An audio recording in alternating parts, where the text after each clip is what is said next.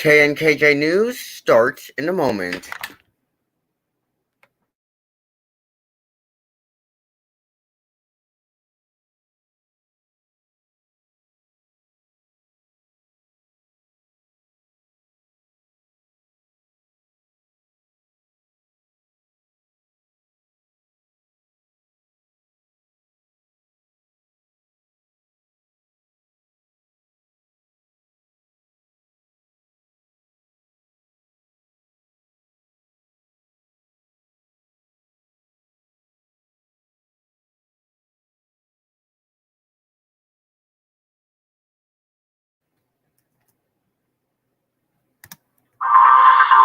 Breaking news, Biden's broadband plan for Appalachia's digital divide.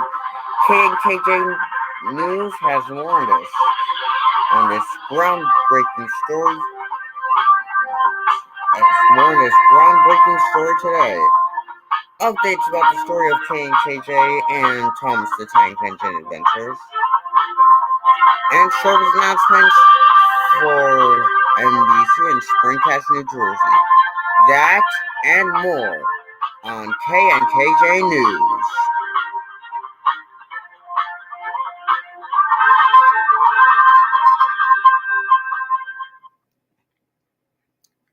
Hello and welcome to KNKJ News. The date is Sunday, February 21st of 2021, and the time is 1:04 p.m. Our top story today, Biden's broadband plan for Appalachia's digital divide. A KNKJ special breaking news story about this.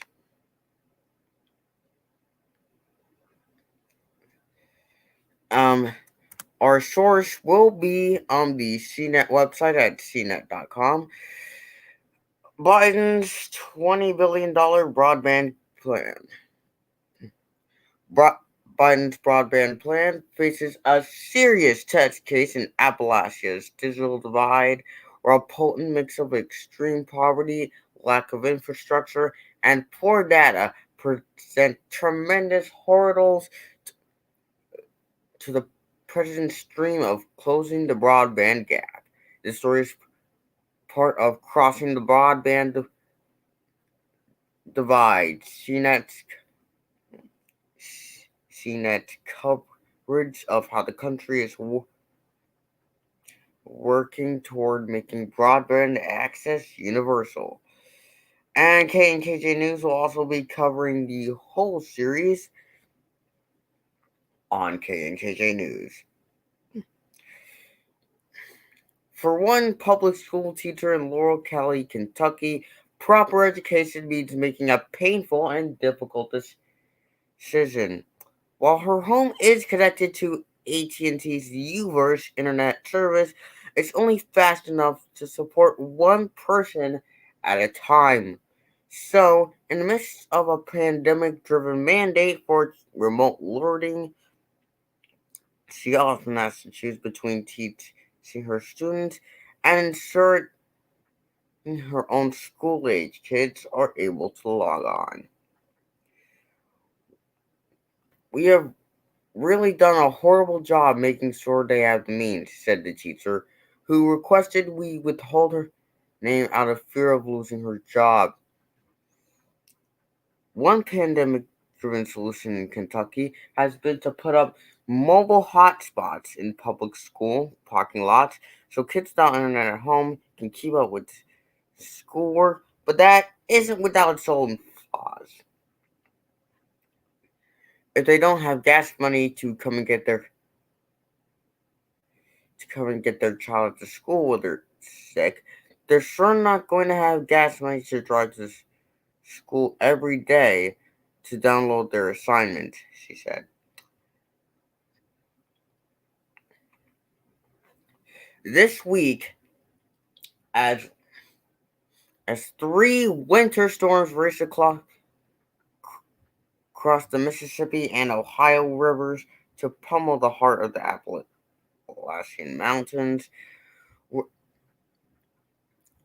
Residents of the 13-state region once again face the potential loss of internet access if they had in the first place. The cold snap threatens to compromise an aging telecom infrastructure already strained by a pandemic-born tide of Zoom classrooms and telehealth consultations. Though much has changed in the past 2 decades, communities in this region may face the same connection problems. Providers are too few, infrastructure too underdeveloped, speeds too slow, and prices too high. Rural Appalachia's sparse strands of broadband wire and historically high poverty rates had made the region a fragile part of the wider web. In parts of rural Kentucky, for instance, AT&T has ceased operation offering its DSL line to new customers. Conversely, densely populated Louisville has access to 1 gigabyte fiber optic lines. The stark contrast to broadband accessibility underscores the larger problem of a deepening digital divide that is leaving more people behind across a country struggling to deal with an economy destroying pandemic. But across Appalachia, the stakes couldn't be higher. Educational, economic, and health outcomes dipped perilously below natural, national averages, and in the midst of the pandemic, they're more closely tied to reliable broadband access than ever. Appalachia represents a key test for President Joe Biden's $20 billion plan to get broadband access to communities that don't have it. But Biden, who said during his campaign that rebuilding the middle class in America is the moral obligation of our time, faces a myriad of challenges in closing the gap, from actually laying down fiber optic lines to educating consumers and ensuring that prices are affordable. A report from the Popular Reference Bureau, or PRB, drawing on data from the 2013 to 2017 American Community Survey, found that the share of Appalachian households with a connected device, desktop, laptop, smartphone, or tablet was 5 percentage points below the national average. Just 82% compared with 87% overall. And in 127 of Appalachia's 420 counties, less than 75% of households have a connected device. Had a connected device, sorry.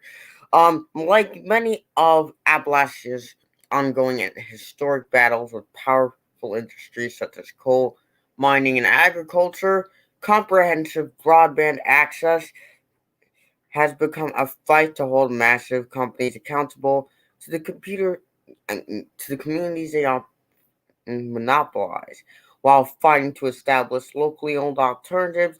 This, despite a series of industry lobbying and influence. Meanwhile, inflated stats on connection rates, speeds, and affordability have concealed the true extent of the digital divide in the region, leaving many frustrated by the lack of progress. So when FCC Chairman Ajit Pai chose the pandemic peak period in January to deliver an optimistic address at the tail end of his tenure, touting his efforts to narrow the digital divide. He was met with criticism for leaving the Universal Service Fund, a key broadband safety net, in limbo. Blair Levin, former head of the Obama administration's national broadband plan and a fellow at the Brookings Institute, said funding for the USF is in a death spiral. Thanks a friggin' lot, Ajit, Levin said in an interview. I obviously can't say that on TV. I honestly can't. I obviously can't say that because this is a news program and we try to keep it clean.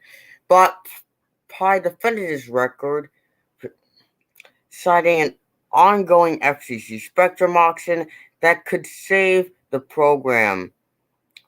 The record-breaking C-band auction that was conducted under my tenure over the opposition of Democrats has provided tens of billions of dollars that Congress could now use for universal service funding, Pi shot back in an email. The pitch debate is just the latest row over an unresolved funding problem that's been in the subject of bipartisan political can kicking, and that underpins why Appalachians remain in limbo when it comes to reliable broadband. Shrinking the digital divide. No data, big problem. Though the digital divide rips across urban and rural areas alike, it's actually composed of parallel problems. The first divide is the divide created by lack of physical infrastructure, largely affecting rural areas. Then there's a larger cost divide, which is more visible in, though not exclusive to, urban areas. 3 out of every 4 Americans who lack broadband access are offline, not because they lack lines, but because they can't afford the service. Struggling to with some of the highest poverty and lowest broadband access rates in the country, Appalachia is caught in both. But before it can close the gaps, it has to confront its most immediate problem. No one actually knows how big the digital divide is. That's what happened in Meigs County, Ohio. While the 740-acre census block inside Meigs County contains about 14 households, the FCC considers the entire area covered just because a single household gets service from incumbent internet service provider Frontier. This has the added effect of of, of blocking the area while from receiving funding from other programs. Although they were ultimately unacceptable, ISPs fought for years to convince the FCC to accept their service maps as the authoritative service for the agency's broadband deployment evaluations, arguing that there is a more granular service map that would be too burdensome to create. According to those maps, an entire census block,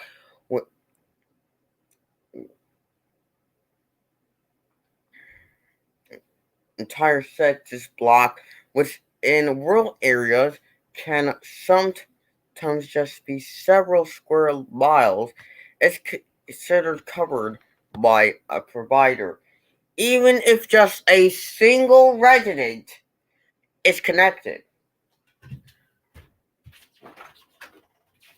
Now I'm going to pause right here to say that it's it's just crazy that internet service providers think that just because one household is covered by a certain internet connection or internet provider, it means the entire sentence. It means the entire. That doesn't mean. Alright, a message to those internet providers. Just because one household is covered doesn't mean the entire block is covered. Anyways, Meigs County isn't alone. While FCC data holds that about 93% of Kentucky has broadband access, last September, Microsoft Vice President Shelley McKinley said that portions of the state population is actually using the internet at broadband speeds, defined as 20 megabits per second down and 3 megabits per second up. It's only about 31%. Those findings echo Microsoft's 2016 estimates that 162.8 million Americans are not using the internet at broadband speeds compared to the FCC's count of 24.7 million. Wow.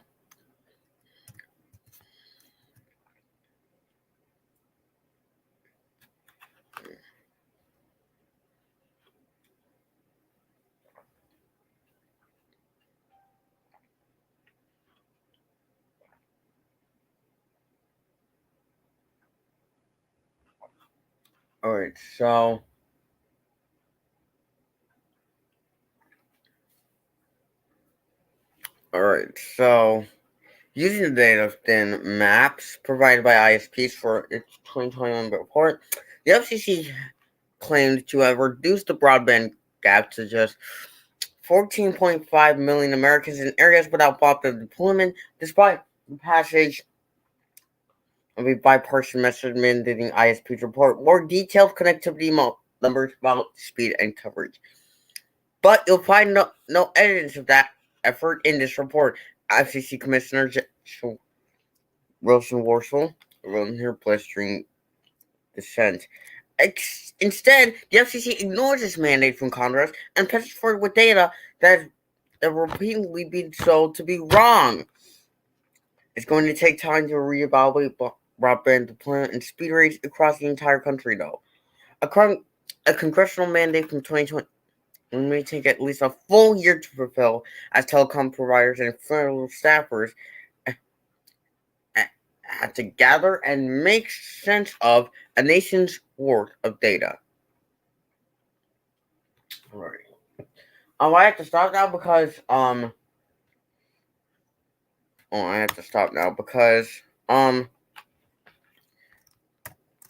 logo bloopers is coming up in at least a couple of minutes. Anyways, if you want to read more about this, the article is in the live chat, so you can read about this. In other news, updates about the story of KNKJ.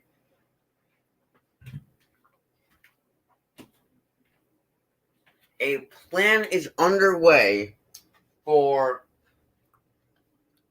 everyone who has joined in KNKJ's videos and or live streams, past and present. We might see some familiar faces that haven't joined in a while.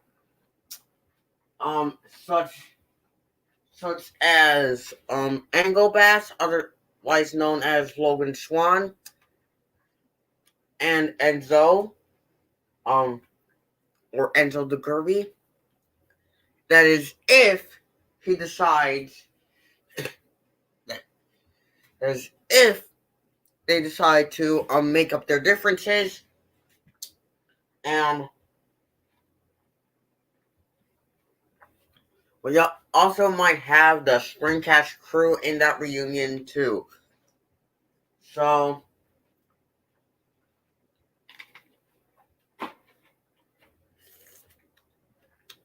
yeah, we are going to be looking forward to that. No updates about Thomas Tank Engine Adventures right now. And service announcements for NBC in Springcast, New Jersey. The launch date for the relaunch date for VHTV has been pushed forward to March 7th. So make sure you stay tuned for that.